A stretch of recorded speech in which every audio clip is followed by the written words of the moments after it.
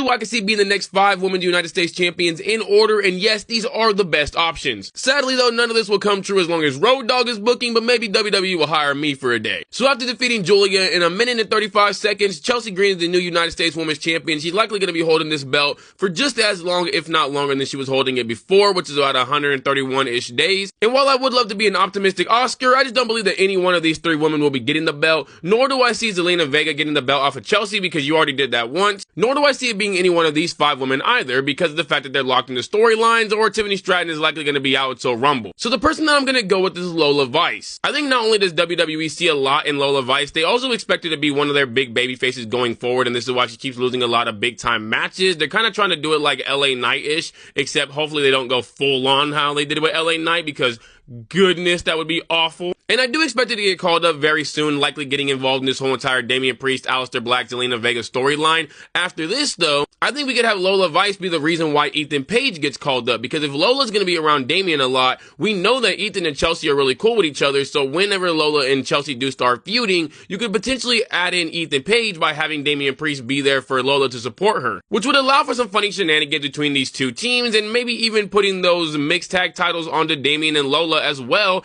as the United States Women's Championship on a Lola too. It also gives Ethan Page a great person to go up against on the main roster, because Damian Priest loves being in these like last man standing, Extreme Rules type of matches, and so does Ethan. He does really good in them. Honestly, the best spot for this to happen at is any kind of Miami show that happened in SmackDown, because it'd be the home crowd for Lola Vice. Absolutely big pop. But now that Chelsea Green has dropped the belt to Lola Vice, who's going to be a big time babyface, we need a big time heel to take the belt off of her to get more momentum for that heel. And who better than Lash Legend? She has been absolutely awesome on the main roster so far. I'm so glad that they actually found a way to make her look good, because I was worried with the way that they were booking her in NXT. And while she is in a tag team right now with Nia Jax that might last for the next like couple of months, maybe like 5-6 months, there's a real easy way to break them up while still keeping Lash Legend a heel. And don't get me wrong, you don't necessarily have to break them up, but I think Lash would be a lot better on her own to go up against Lola rather than have Nia there as well. It's just doing a bit too much. But the easiest way to make Lash Legend be a heel still while breaking up with Nia, because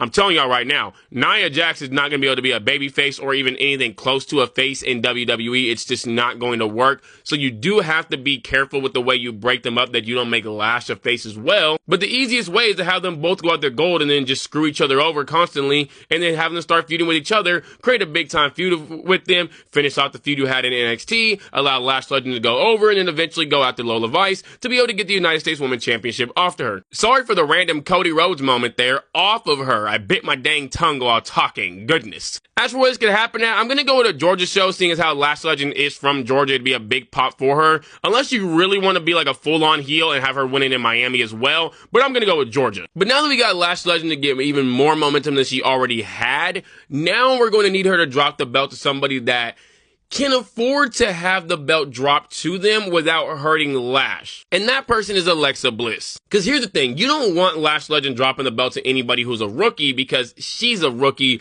It almost could portray that you're giving up on Lash in a sense, or it could really hurt her because she's supposed to look like one of the most dominant women on the roster. And sure, while Alexa Bliss is not dominant by any means, and I don't think Alexa Bliss could actually take Lash Legend in a fight, because of the fact that Alexa Bliss is one of the more, I don't want to say legends in WWE, but she definitely is well respected, and she is like on the cusp of that legend status, it's fine to have Lash drop the belt to Alexa, especially because a lot of people want to see Alexa Bliss have a singles run. They want to see her be great like she once was for the past 5-6 years. She hasn't really done much. The last time she held a singles title was in like 2018, 2017, one of those 2 years. And this would be a great callback to the Charlexa Lash Legend Nia Jax feud, as Lash Legend was basically throwing her around like a rag doll. Plus, this is also going to help out Lash Legend so much, being able to go up against somebody like Alexa Bliss and being able to see these two on the mic, where I already think that Lash Legend is really good on the mic.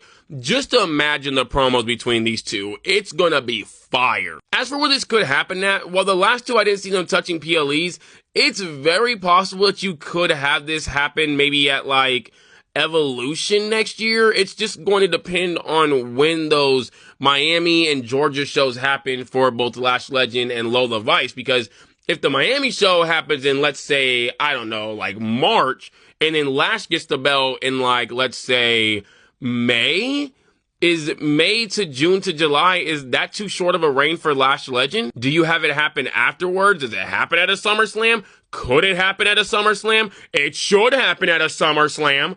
But who knows if the belt would even be defended there? But because I'm going to hold out some hope for this belt, I won't be optimistic Oscar with some things, but I will be with this thing at least.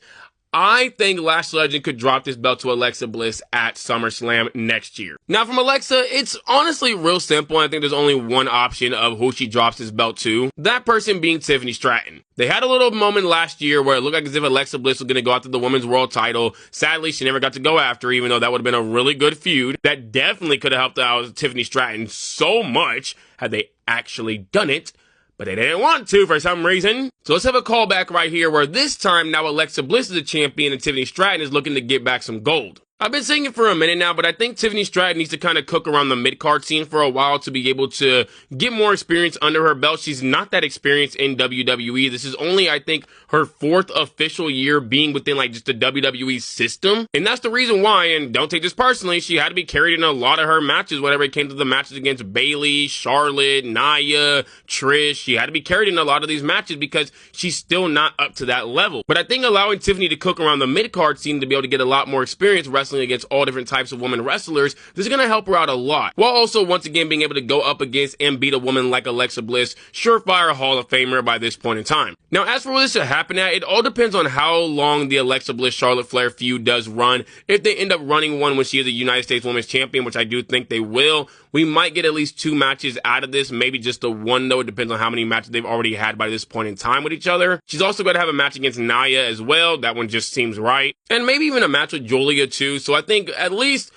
probably 4 months with the belt. She gets it at SummerSlam. So September, October, November, December, somewhere around December time, maybe like that last Saturday night's main event of the year, Tiffany Stratton could win the belt there. But hey, from one legend on over to another, the woman that I think is going to dethrone Tiffany Stratton, which is going to be so funny, is Becky Lynch. Now, up until this point, Tiffany Stratton will have beaten a lot of legends. Alexa Bliss, Bayley, Charlotte Flair, Trish Stratus. But what if, once again, the one legend that Tiffany Stratton can't beat is Becky Lynch? Becky's already beaten her for the NXT Women's Championship. Now she'll beat her for the United States Women's Championship. Now Becky Lynch will be 2-0 against Tiffany. But that's only 2 matches, though. We have to have that third match at some point in time, right? That match should happen closer to Becky Lynch's retirement. That'll also be Tiffany's kind of getting the monkey off her back moment because she'll have finally beaten Becky Lynch, even though she would be 2-1 against her, or I guess what, 1-2 against her because she would have the one. Yeah, I get what I mean.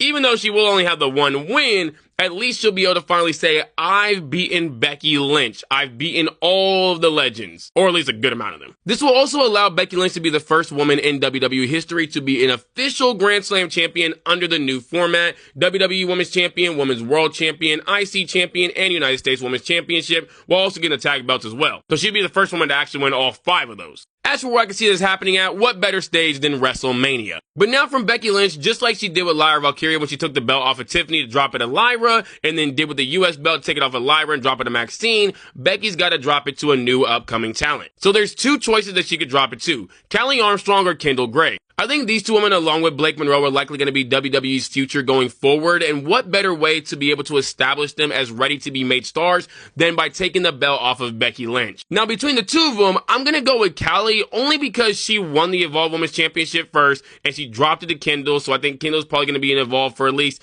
maybe a few more months, unless she ends up losing the belt to Lainey. But Callie is ready to be in NXT. Honestly, she's ready to be on the main roster, but I could see her going to NXT first. So I think Callie would make her main roster debut before Kendall, and this is where you could have, probably within like the first month, maybe even her debut, Callie beats Becky for the belt. Honestly though, I'll go with Callie's debut because I think that she has every single thing you want in a wrestler. This woman is an absolute unit, and she is amazing on the mic, and she's amazing in the ring. And this might be crazy to say, but I think after Becky beats Tiffany at WrestleMania, she should drop the belt that Friday Night SmackDown to Callie. Becky Lynch does not need a long reign by any means, and if anybody looks like they could beat Becky Lynch the first time they face her, it's Callie. Plus, there's not going to be anybody for her to have any kind of good feuds with on that SmackDown Women's roster unless it gets an influx of talent, which I don't think is going to be happening. I think they're going to constantly put all the better talent on Raw. But hey, that's who I can see being the next 5 United States Women's Champions. Y'all go ahead and let me know down below. How do y'all feel about this list? Go ahead and let me know your list down below. And if you haven't already, make sure you like and follow for more.